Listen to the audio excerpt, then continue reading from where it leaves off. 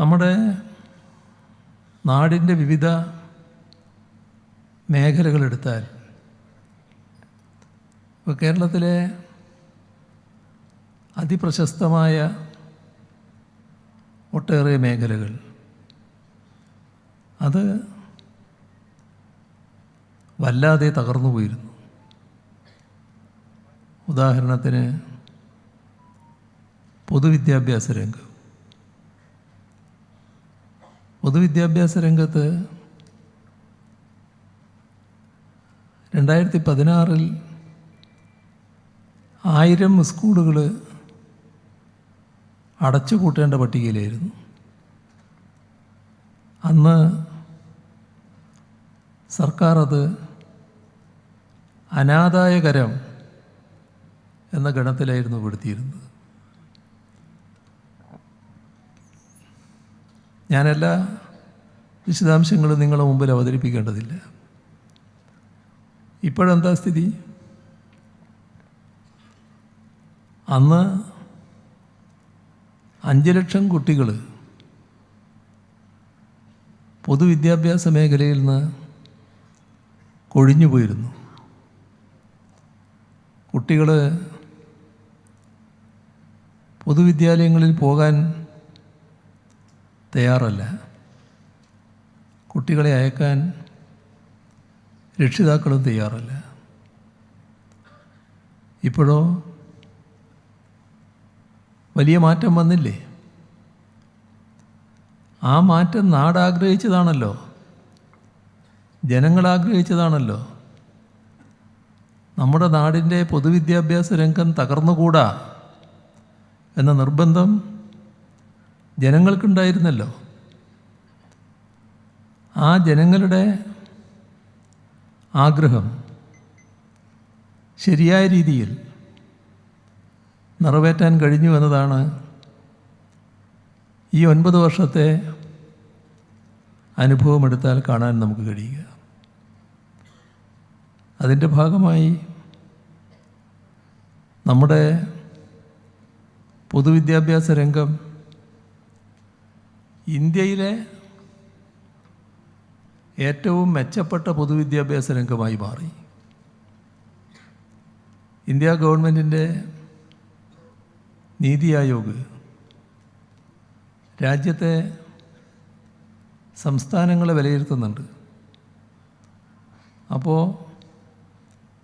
ഉന്നത വിദ്യാഭ്യാസം, പൊതുവിദ്യാഭ്യാസ രംഗം ഏറ്റവും മെച്ചപ്പെട്ട സംസ്ഥാനം കേരളമാണെന്നാണ് തുടർച്ചയായി നീതി ആയോഗ് വിലയിരുത്തുന്നത്. ഇത് ജനങ്ങൾ ആഗ്രഹിക്കും വിധം ആ മേഖലയെ മാറ്റുന്നതിന് സർക്കാർ ഇടപെട്ടതിന് ഫലമുണ്ടായി എന്നല്ലേ കാണുന്നത്. വെറുതെ വന്ന മാറ്റമല്ലല്ലോ.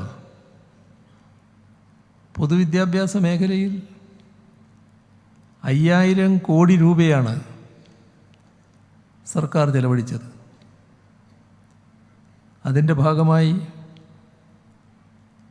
നേരത്തെ ദയനീയാവസ്ഥയിലായിരുന്ന കെട്ടിടങ്ങൾ നവീകരിക്കപ്പെട്ടു.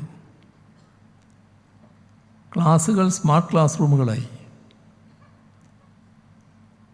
നമ്മുടെ സ്കൂളുകൾ ഹൈടെക് സ്കൂളുകളായി.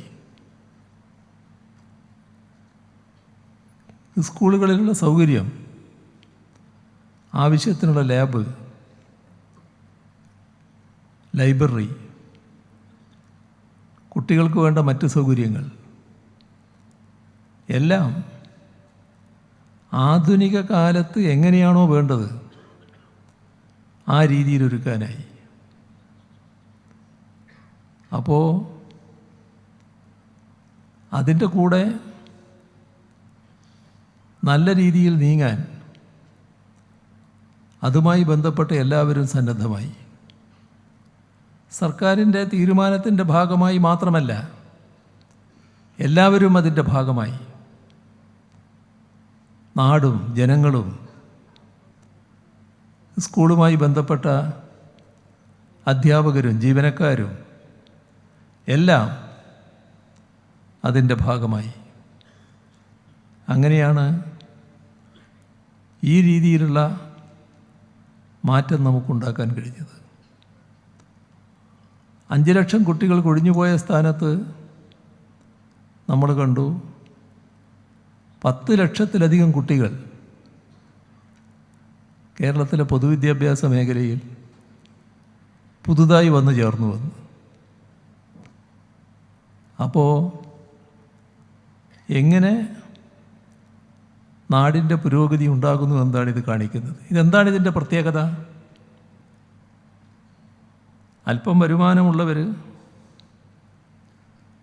വലിയ സാമ്പത്തിക ശേഷിയല്ല, ഇന്നത്തെ കാലത്ത് ഇടത്തരം സാമ്പത്തിക ശേഷിയൊക്കെ ഉണ്ടായാൽ കുട്ടിയുടെ പഠനം നല്ല നിലക്ക് വേണമെന്നാഗ്രഹിക്കുന്ന രക്ഷിതാക്കൾ പൊതുവിദ്യാഭ്യാസ രംഗം വേണ്ടത്ര മെച്ചപ്പെട്ടില്ല, അങ്ങോട്ട് കുട്ടിയെ അയക്കണ്ട, അപ്പോൾ മറ്റു മേഖലകളിലേക്ക് കുട്ടികളെ അയക്കുന്ന സ്ഥിതി വരും. അത്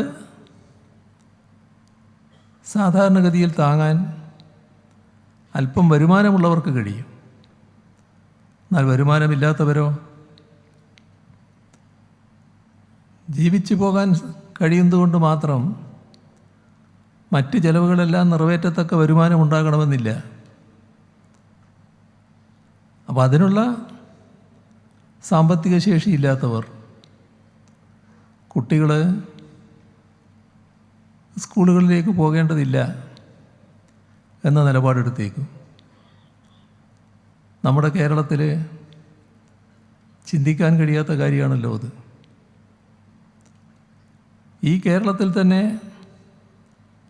കുറച്ച് ദശാബ്ദങ്ങൾക്ക് മുൻപുള്ള കാര്യം പരിശോധിച്ചാൽ സമൂഹത്തിലെ ഒരു ഭാഗം കുട്ടികൾ സ്കൂളിൽ പോകുന്നുണ്ടായിരുന്നില്ല. പോയവർ പലയിടത്ത് വെച്ച് നിർത്തുന്നുണ്ടായിരുന്നു. സാർവത്രിക വിദ്യാഭ്യാസം നമ്മുടെ നാട്ടിൽ നടപ്പാക്കണമെന്ന താല്പര്യത്തോടെയാണ് കേരള സംസ്ഥാനം രൂപം കൊണ്ടതിന് ശേഷം ആദ്യം വന്ന ഗവൺമെൻറ്, അത് EMS നേതൃത്വം കൊടുത്ത ഗവൺമെൻറ് ആയിരുന്നല്ലോ, ആ ഗവൺമെൻറ് നാട്ടിലാകെ സ്കൂളുകൾ സ്ഥാപിക്കുന്ന നിലയുണ്ടായത്. തുറന്ന് കേരളം നൽകിയ പിന്തുണയുണ്ട് ഈ കാര്യത്തിൽ. അങ്ങനെയാണ് മാറ്റം വന്നത്. അതാണ് തകരുന്ന അവസ്ഥയിലേക്ക് 2016 ആയപ്പോഴെത്തിയത്. അവിടുന്ന് നമുക്ക് തിരിച്ചു പിടിക്കാൻ കഴിഞ്ഞിരിക്കുന്നു. ഇപ്പോൾ ജനങ്ങൾ ആഗ്രഹിക്കുന്ന വിധം പൊതുവിദ്യാഭ്യാസ രംഗത്തെ മാറ്റി തീർക്കാൻ കഴിഞ്ഞു എന്താണ് നമ്മുടെ അനുഭവം.